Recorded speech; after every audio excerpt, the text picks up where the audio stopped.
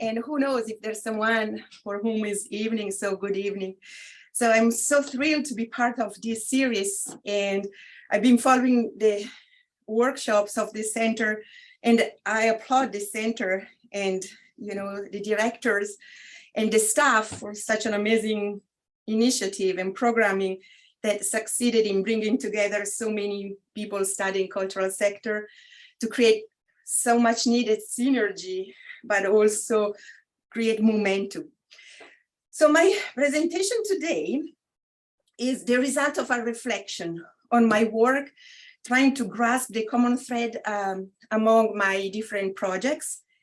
So this reflection made me realize how my research that has been looking at the government and how the government deals with arts, humanities, and historic preservation has been focused on understanding the mechanism of cultural policy. So somewhat my question is, how does cultural policy work? And pursuing this question made me then find mechanisms that are not so clear and apparent. And so it was this process of digging and so organizing what I found. And that's why then I thought, okay, so let's title this reflection Unveiling Cultural Mechanism. And I will start sharing the screen. Hopefully you can see it. Are you starting seeing it? All good, that's great. So I'll focus on three cultural policy mechanisms. One that is thinking spatially, one that is the multi-level governance, and a third one that is policy attachment. So as Joanna mentioned, you see this talk is divided in three parts. So feel free to ask a couple of questions in between parts. So that would be also nice to have you participate and not having me talk the entire time. So thinking spatially, that has been the strategy of American cities. And I developed this idea in my book titled Connecting Arts and Place, Cultural Policy and American Cities. The question underneath the trajectory of the book is, how do the arts connect with place? And I think that the answer that cultural policy has to this type of question is to think spatially about this connection. So I started by looking at the most popular label within the debate about the arts in the city, which is the creative city, trying to figure out what does that mean. And I think that the three main ideas would be that a creative city attracts a creative class, impacts the economy, so labor, technology, and diverse space through cultural economy. But then also there is an interest toward governance. So governance, both in terms of who is involved in promoting the creativity of the city, but then also in terms of new approaches to governing and managing the city.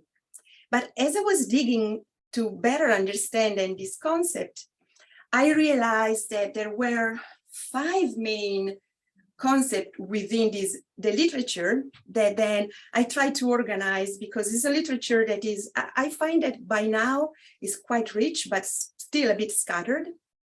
And so I realized how those concepts, cultural planning, cultural mapping, creative industry, a cultural district, and creative placemaking, they were all part of this creative city label, but they would answer the question, how do the arts connect with place, focusing on a different aspect. So for example, cultural planning positions the arts throughout different other aspects of what it means to plan a city. Cultural mapping is more focused on locating where either tangible or intangible cultural assets are. Creative cities is a concept that situates the arts, and by situating means looking at the arts in the local context and seeing the connection that happen in being in a specific context. Cultural districts is focused on thinking about how the arts can anchor a specific area of the city, but mixing it with other kind of services or either residential or commercial aspect of a place. And finally, creative placemaking sees the arts, or even better, the artist leading how a place is made.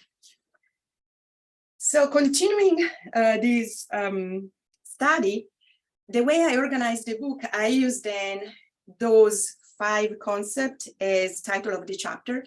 And each chapter, I looked at the concept and then understood what the theoretical underpinnings were, provided a brief history of the use of the term, and then what that term meant for the international literature. So what were some of the themes that emerged?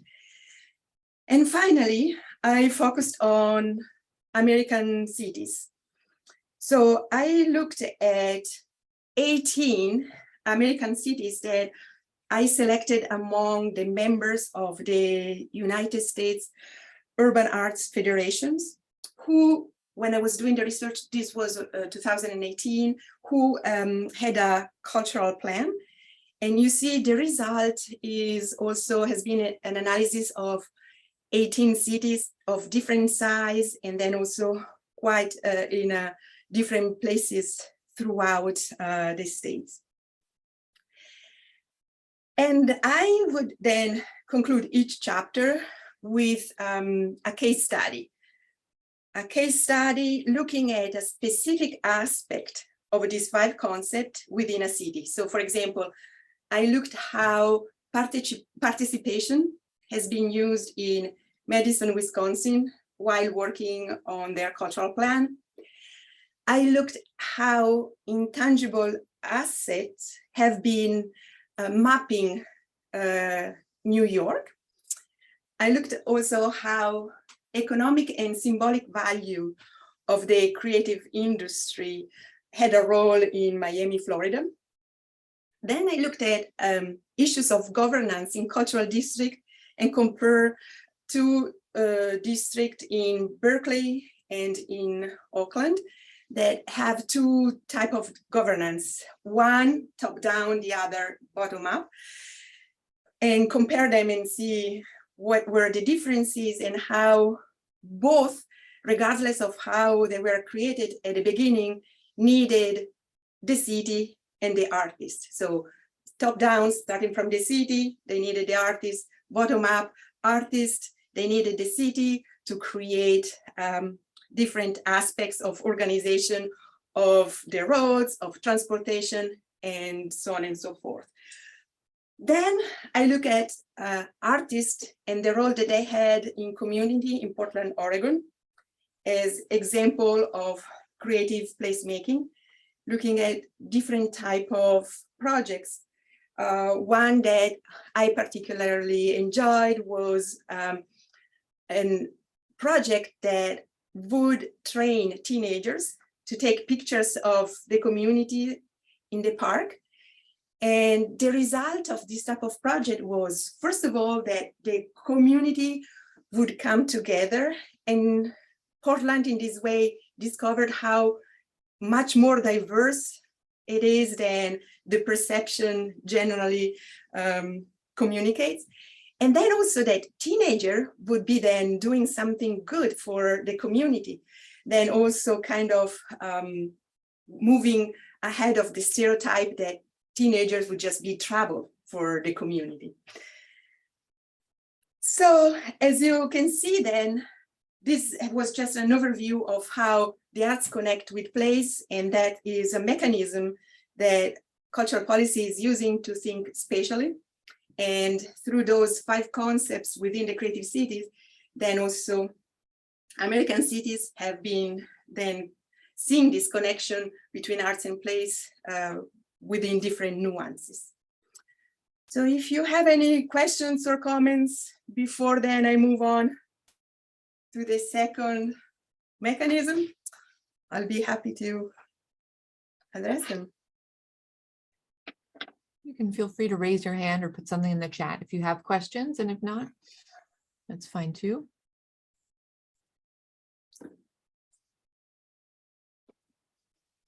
No question or comments?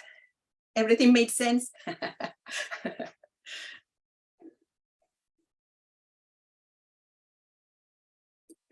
Any curiosity?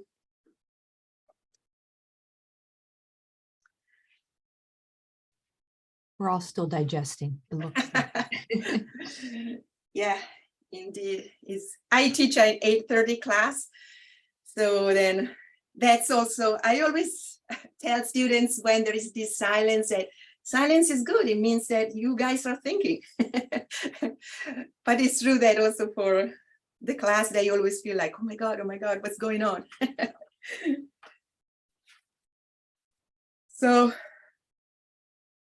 if then the thinking is still in progress, so I'm gonna be here for a little while, so then maybe I'll just dig into my second policy mechanism. What do you say, Joanna? Should I just go? All right. So the other mechanism is the idea of multi-level governance, and I will use then creative placemaking as what I argued is a policy of the NEA to then explain how multi-level governance works. So I've studied multi-level governance looking at the arts and humanities in the States, but then also specifically focusing on creative placemaking and showing how is an NEA policy if we unpack the multi-level governance that developed it. And then I looked at also how that this policy is connected with theory of art, analyzing some of the projects in Portland. So to start, I needed to point out how, in order to understand how multi-level governance works, and so how then a federal agency like the National Endowment for the Arts, the NEA, is creating a policy, we need to understand that the federal government does not create policy as mandate, and actually creates policy through tools and involving also other actors both at federal level, state level, local level, but then also that are not part of the government, but rather the no-profit sector. And so I focus on three specific tools that are research, grants, and partnerships. So for creative placemaking, in 2010, Markusen and Gatwa were commissioned to look at what communities were doing through the arts. So they gathered hundreds of empirical analyses of projects around the country. And then they analyzed it through the lens of urban revitalization scholarship. And that, as a result, was the creative placemaking white paper that then informed the NEA that said, well, we want to keep supporting this type of work. And so they created in 2019 the grant Our Town that kept then supporting this type of work through the community that was meant to help the community become more healthy through the arts. But at the time, the chair of the National Endowment for the Arts, Rocco Landesman, thought that it's not enough that the NEA supports this type of work where the arts are supporting the community. So we need to create a larger partnership involving other actors. So they were able to put together this partnership at place that was meant to be a seed partnership, so to last for 10 years to help this development of this work. And they brought together 6 federal agencies, along with 2 White House offices and 15 leading national and regional foundations, and 6 of the largest American banks. So you see that through those policy tools, then research, grants, and partnership, the NEA developed this idea of creative placemaking from the bottom up. So seeing what was already happening and then trying to support all of this. But then how does this then become multi-level governance? So how doesn't the NEA involve other actors? You could see then the features of multi-level governance as for research, the output was an empirical assessment, but then also theoretical direction. So the fact that Markussen and Gadwa, they analyzed through also the literature, the empirical work that was happening was also helping to, first of all, coin this term, creative placemaking, at the same time also seeing how this was connecting with the literature about urban studies. Then what was the role then of the federal government was then to provide some insight on what was happening and centralizing. And by centralizing, I know that in American policy is not a beloved word, but in this sense, this word means more like creating awareness of what was happening around the country. So then there could be see the similarities while also embracing the differences. The role of local government would be to be a laboratory for creative placemaking, while then also third parties, in the case of then the research, so the white paper was also mainly scholars and was to be knowledge building. Then continuing understanding the multi-level governance through the tools, we see that the grant has as an output economic support, but then also at the point the federal government had a role to decentralize, because the idea would be to give money to the communities. So then it wasn't to say we decide what needs to be funded, but we allow for the community to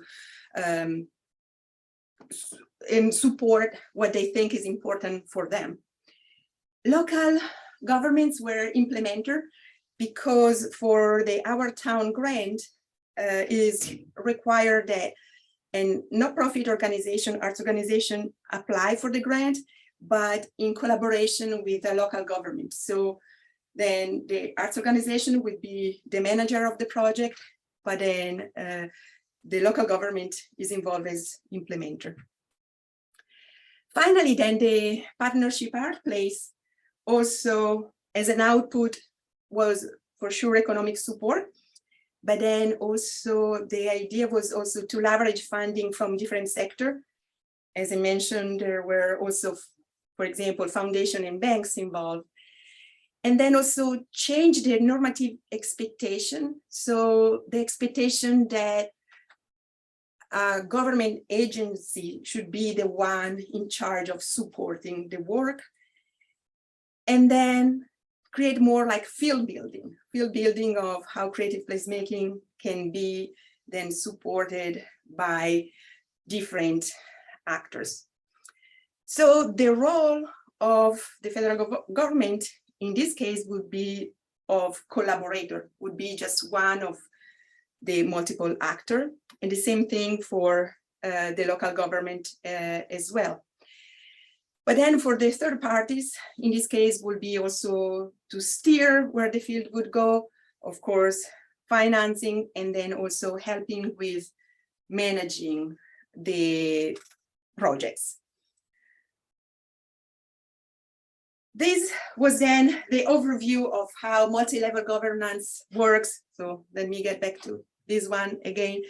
For creative placemaking, to then understand how through policy tools, the federal government involve different actors and also supported ideas that were actually the needs of the community.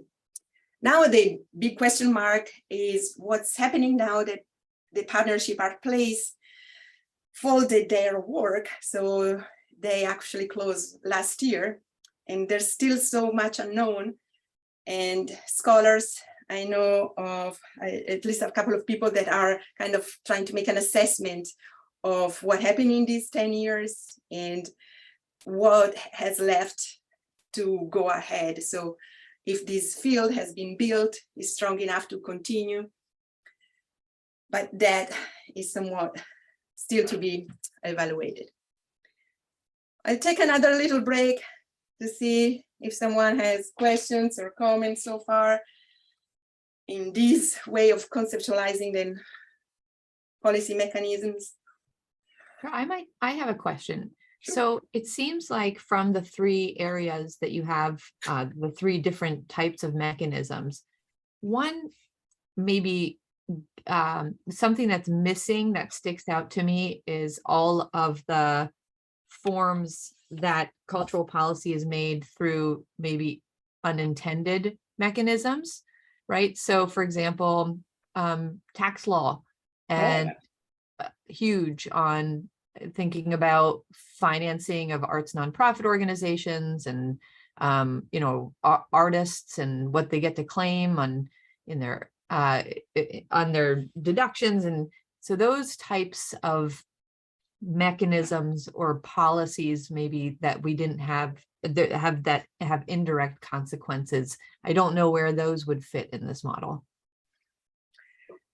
Yeah, no, for sure. These are just like somewhat, again, three mechanisms that I discovered throughout the years, but it's not in any ways a way to say that is inclusive. So for sure, it's more like helping to pay attention to the mechanism or need to dig. So it's more like also an invitation to see how those are hidden. So then somewhat what you're saying is an answer to this invitation. So to say, well, we need to continue digging because there's so much that is going on, but it's not on the surface. So for example, let's see how much in the States cultural policy is done through those mechanisms of taxes, both for artists and for nonprofit organization, and then also for donation that are given to nonprofit organization, because there is the exemption piece, but there is also the donation piece, right? So then encouraging people to donate, so then also they will get tax breaks.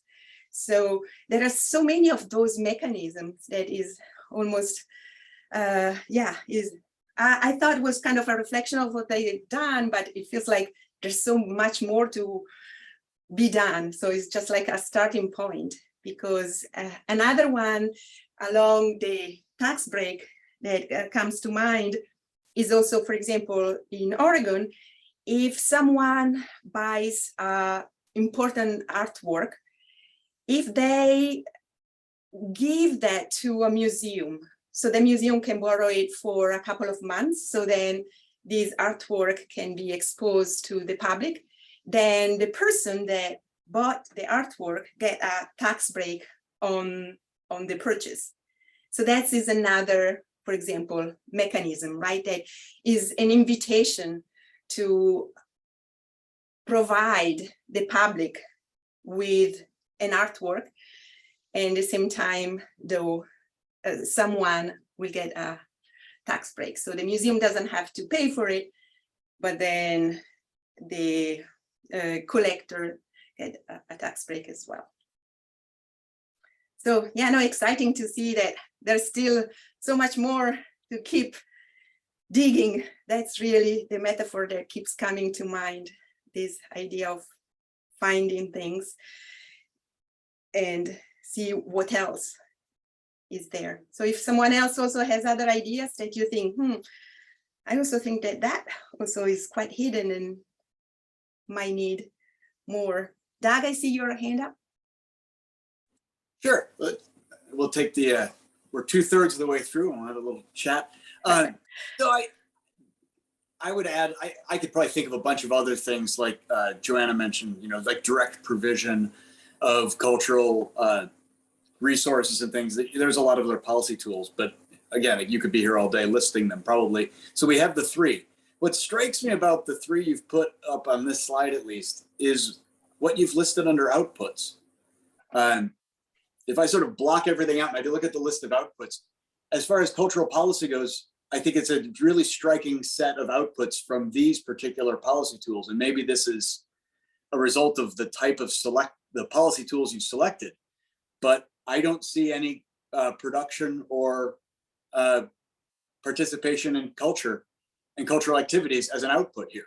And I think that's rather remarkable. For instance, economic support as an output is a remarkable phrasing of a type of output of a governance and a policy tool, that the output of the program is to actually provide support, not to actually produce an output.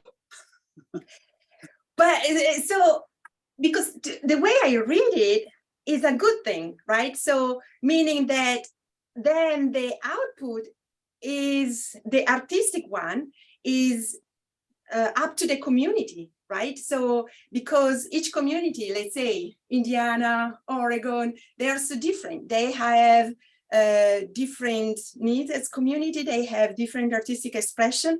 So leaving that choice to that community, I think serves the community even better than having the NEA saying, okay, here, we bring you this show, and it's not to say that that also shouldn't be something to be encouraged, but I think that this aspect is really empowering for the community. Empowering in production ways, in creativity, and so really supporting the local. Oh, Mel Gray, hello. Good morning, good evening. I don't know. Hi there. You know, I always appreciate people who take a complex set of policies and find ways to organize them into boxes and bullet points. It makes it so much easier for us to wade through the complexity of this. I'd like to just toss out two thoughts that I hope might be helpful. One is a partial response to Doug's observation, and one is what for me is a piece that's missing from sort of the beginning of this, and maybe you can supply that, or maybe you do supply that elsewhere. First, quickly, a quick response to Doug, and this is just a terminology piece. What might be a nice extension of this is going from the outputs to the outcomes or the impacts. So for a specific piece of this, say a given research project might yield an empirical assessment. And then the next question is, how does that empirical assessment generate an impact on how we actually conduct our research, or how we implement our policy, and then what the policies, the consequences are going to be. So to some extent, that follows a theory of change, sequencing. So that is one piece, and that would apply, for example, to grants. The output is economic support measured in number of dollars for the local economy, say. Well, what's the impact of that in terms of artistic consequences? Would be a useful piece to extend this to how it benefits the local community. So, but the other kind of broader conceptual piece, and I'll just put this out there, and then maybe you either can direct us to where we can find the answer to it, or maybe at least allude to it. And that is that if we're talking about policy, we're talking about some kind of intervention. If we're talking about some kind of intervention in the economy from an artistic policy perspective, that suggests that lack of intervention is somehow less than satisfactory. So it would be helpful at some stage to identify the shortcomings that give rise to these interventions or these policies, and then how these the ensuing boxes and bullet points that you provided point the way toward resolving the dissatisfactory or the unsatisfactory aspect that we are trying to address. I hope that makes some sense. No, now is my time to process. So I think the first part, for sure, the extension, so then going from output, outcome, and impact, for sure, that is an extension of the analysis. So my analysis was really at the forefront of how these policies has been developed. While in terms of policy intervention and shortcoming, I'm not sure I understood what you were aiming at. So is somewhat then also.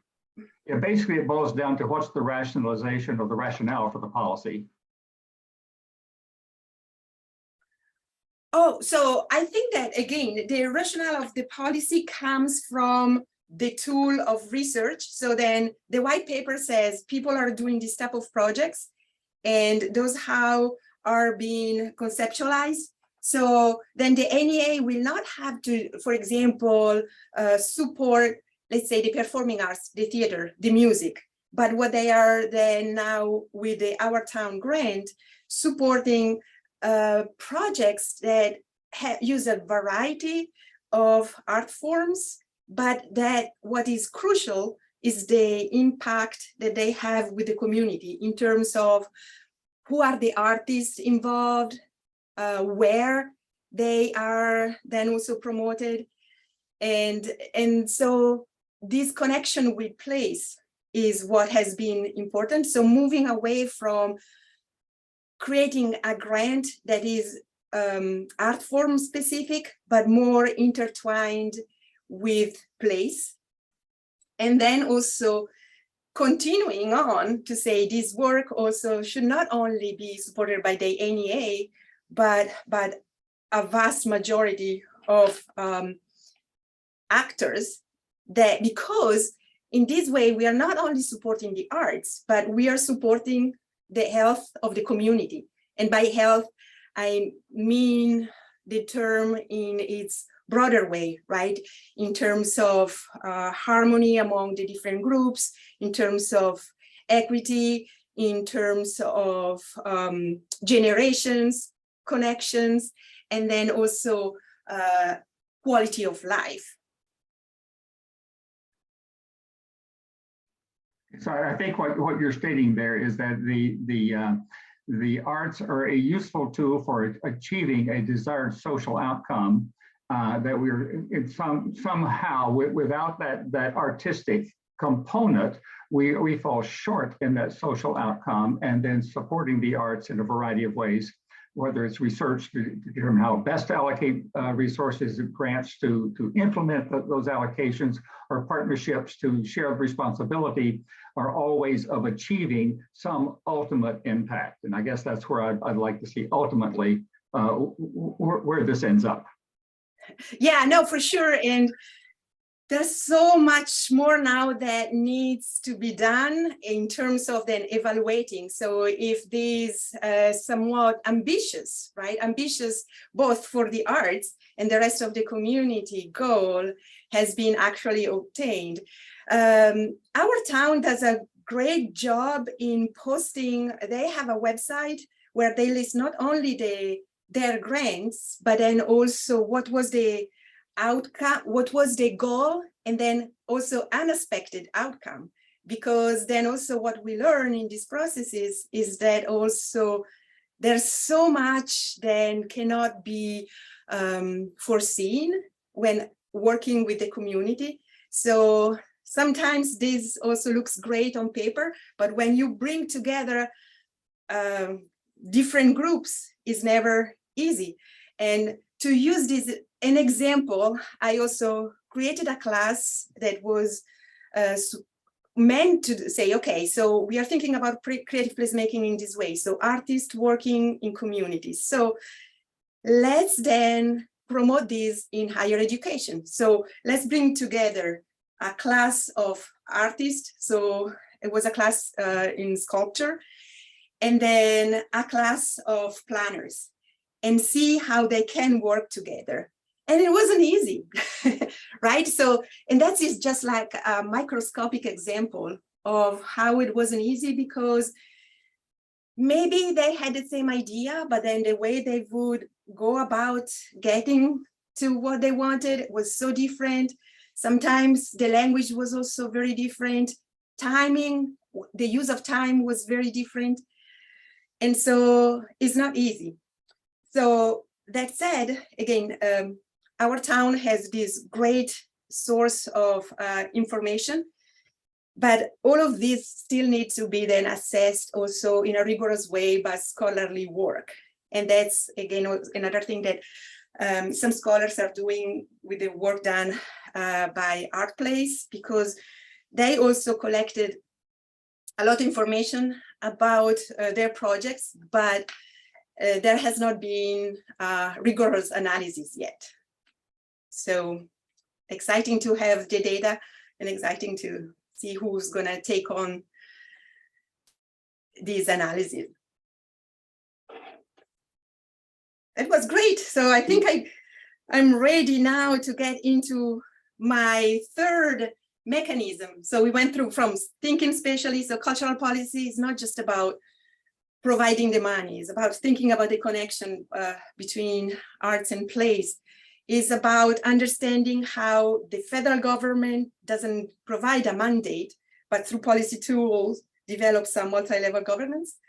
And now I wanted to look into the idea of cultural policy as policy attachment.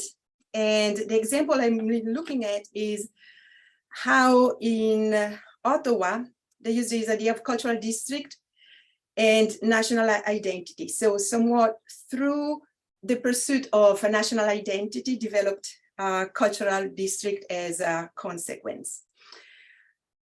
Here are some works that I did looking at planning and cultural resources. So I started my analysis of culture and planning back in Wisconsin, analyzing comprehensive plans and seeing what were the cultural resources in Milwaukee and Madison identified by the plans. And then also seeing how planning for growth and development in Portland included also preservation. And then finally with a colleague in Ottawa, Guy Chasson, we looked at the idea of what it means to plan for capital cities. And we identify a cultural district in Canada's capital region as a way to develop national identity. Our question in this case were, how can national identity be represented in a multicultural nation? So we are moving now to Canada. And how is cultural policy attached to the idea of national identity? So we looked at how cultural districts in cultural policy have been defined as they aggregate flagship institutions, they display an agglomeration of cultural assets, and they show a place-based advantage, and then also provide a system-wide integration. That means that is not only focused on cultural actors. And in the case of Canada's cultural region, this cultural district has been developed attached to the idea of national identity, developed as a multicultural representation. So some background to understand Canada's capital region.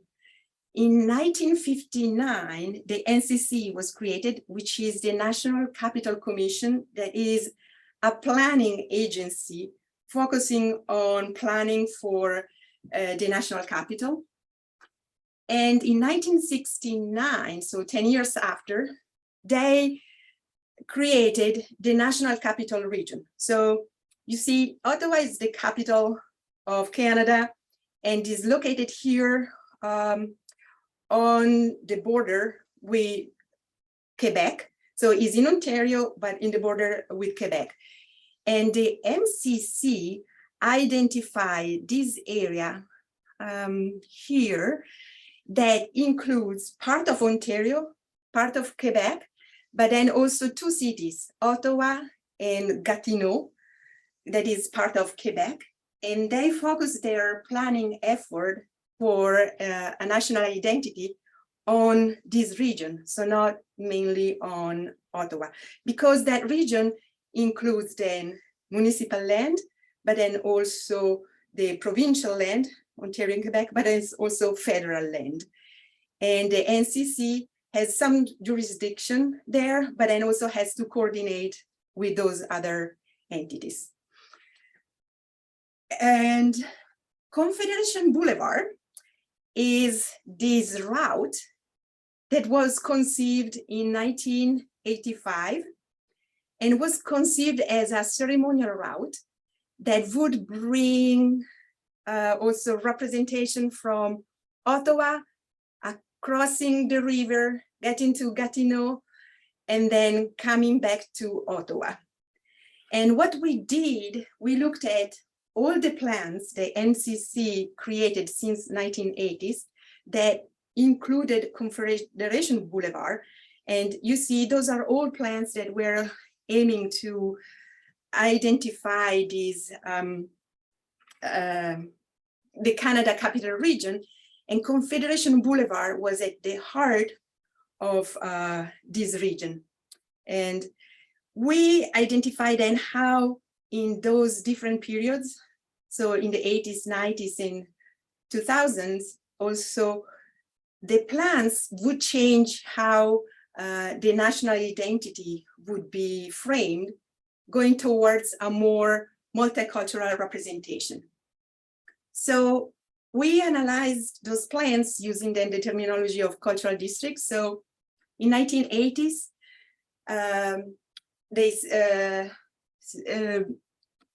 let me go back here. Okay, the NCC in the 1980s was then promoting flagship institution and agglomeration of cultural asset for a cultural boulevard, because you see in that area, and I'm going back to here because you can see Confederation Boulevard has all those important institutions along the route. And they highlighted that. And they highlighted also how there was an agglomeration of cultural assets. So there was the Canadian Museum of History, the National Gallery of Art, and of course also the Popular Parliament of Canada. In the 1980s, they also started to emphasize how this area of Confederation Boulevard had a place-based competitive advantage because it would bring together the French and English culture that was so important for Canadian culture. And then also, not only from a cultural perspective, but also from a natural perspective, it would bring together the two Canadian ecosystems.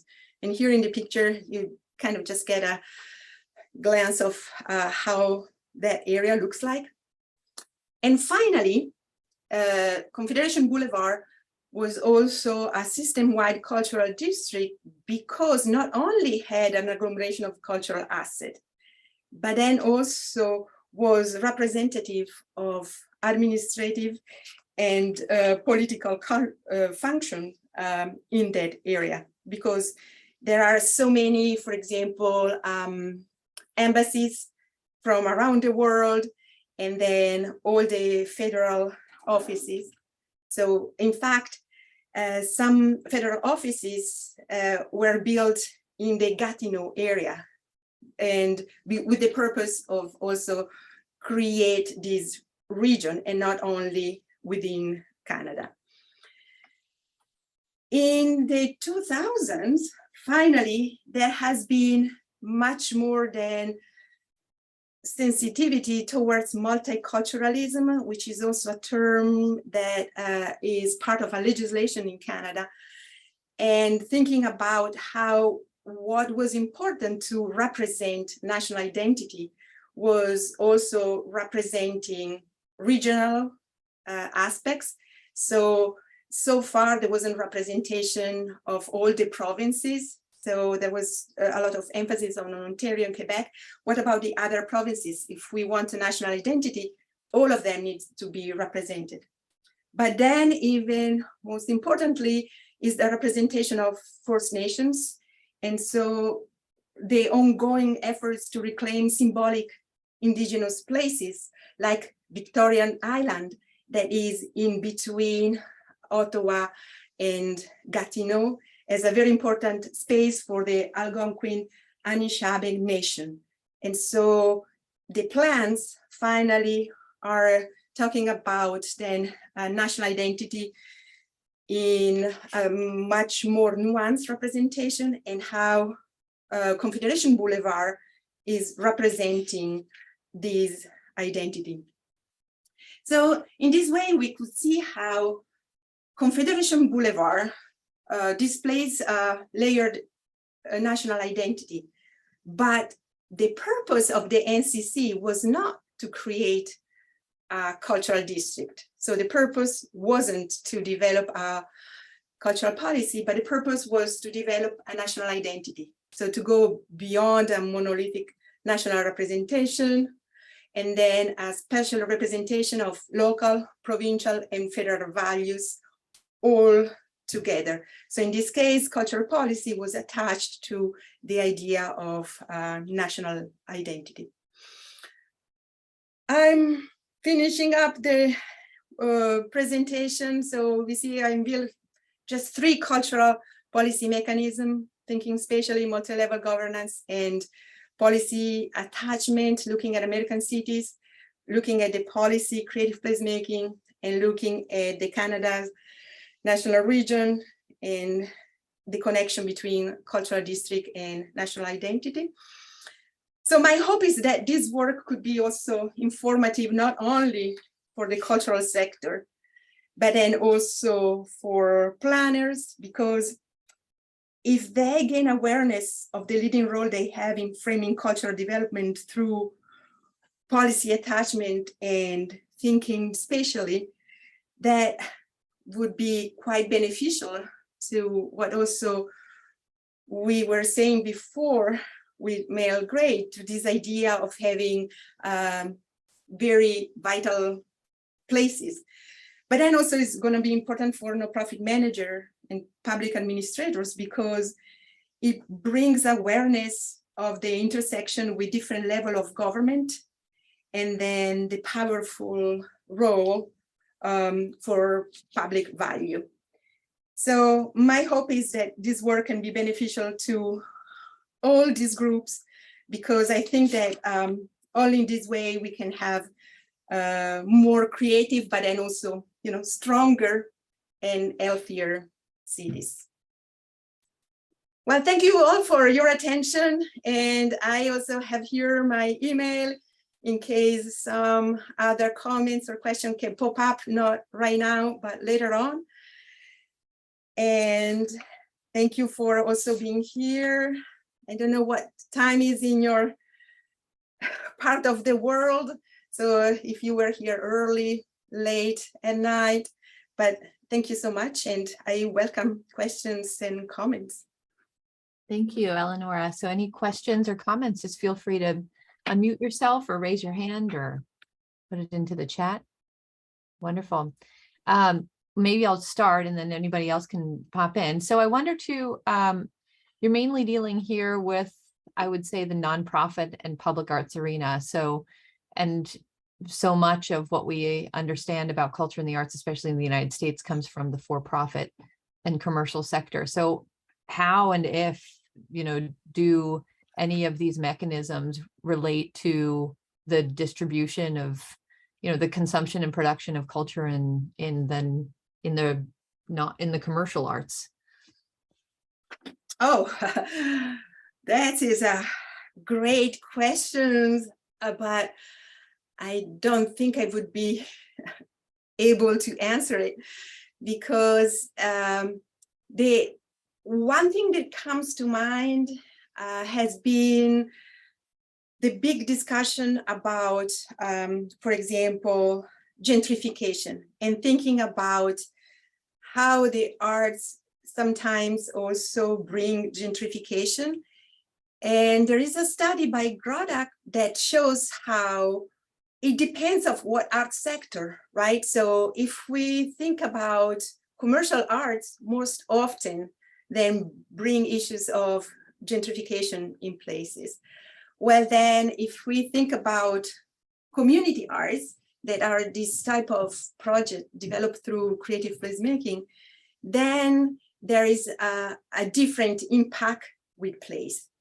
So somewhat then the only aspect that I've been thinking so far in this connection is what is the overall impact to place, and so how then these different art forms are more connected to community or are more than connected to economic development, and so sometimes creating also issues for sure.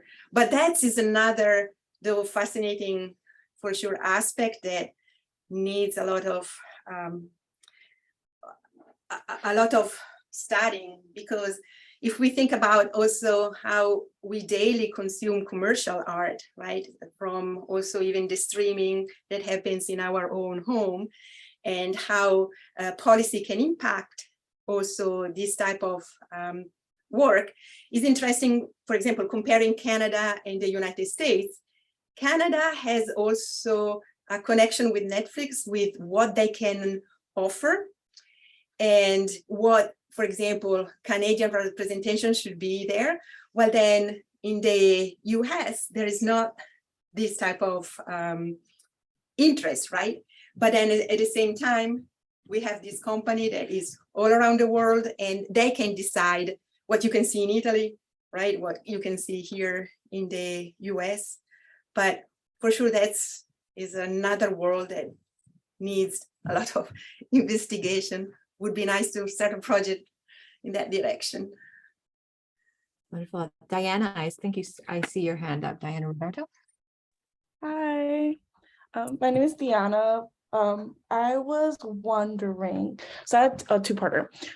One, in the beginning of your presentation, you mentioned how a lot of these mechanisms, which you did a wonderful job of like breaking down, such a complicated and I guess nuanced pairing of like different policies or tools.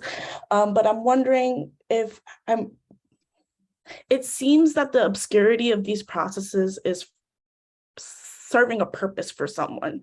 And so I was wondering what you think are the impacts of this lack of awareness of how arts and cultural policy functions at these different levels.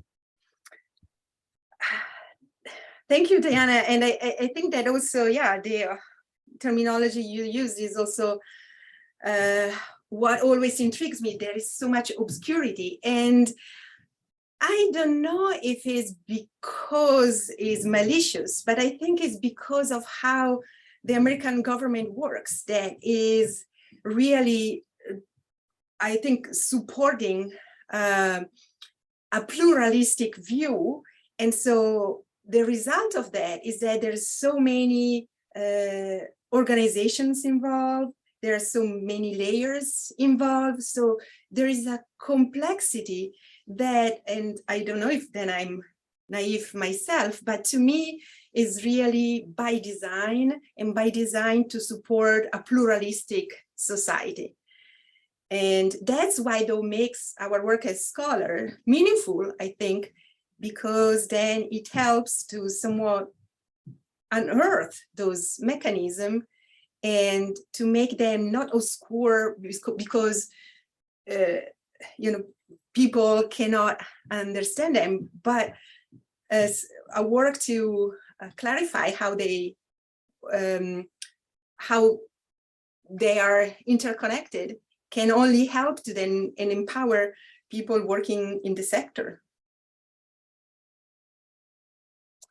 But I know that there's so many other experts of public policy, so maybe they can also help me see if is a naive perspective, seeing that that is very much a pluralistic system of the federalism of the United States. So then what Mulcahy called the cultural federalism as a result, but it's also what happens in so many other sectors. Think about, I don't know, education, environment,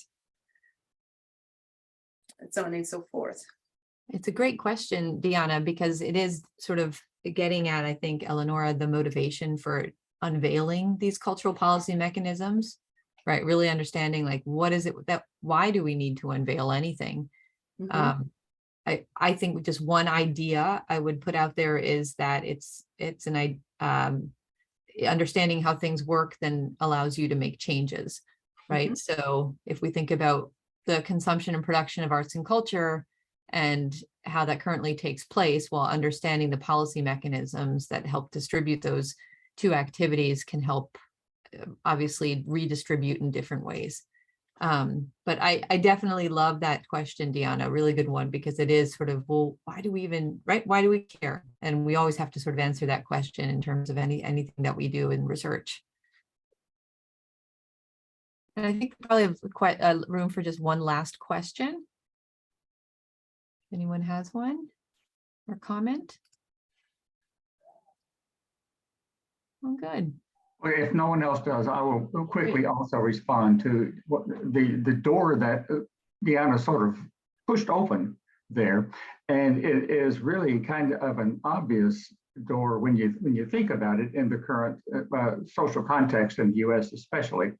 And that is not given that some of the objective of arts policy is to identify, recognize, and promote our cultural heritage, for example.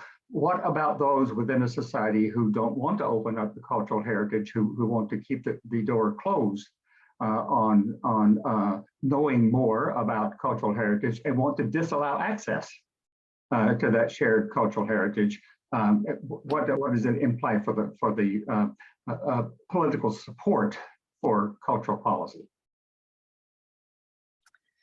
Yeah, and cultural heritage is also such an important aspect that is part of, for example, the more international European or Australian discourse of cultural policy, while is not very much in cultural policy in the United States, because historic preservation is under the National Park Service, NPS.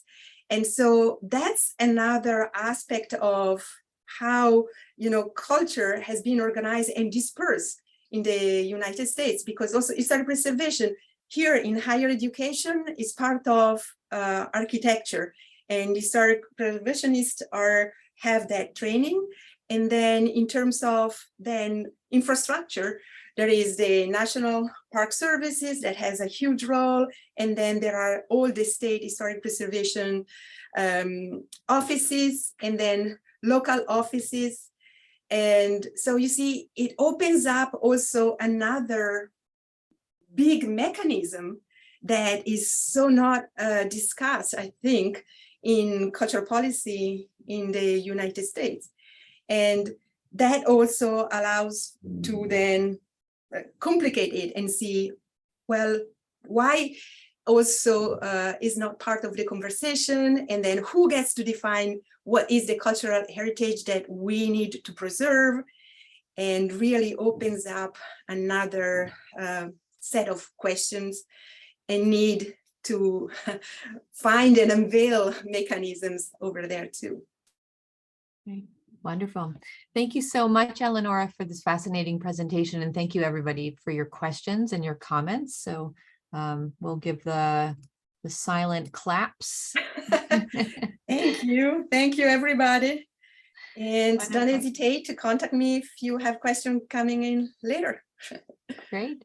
And please do join us in a couple of weeks. We'll have Mark Taylor from the University of Sheffield, and he'll be talking about who runs the arts in England.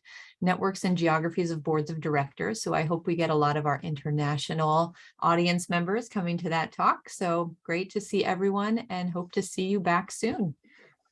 Thanks, Mark. Yes, I hope so too. All right. Bye, everyone.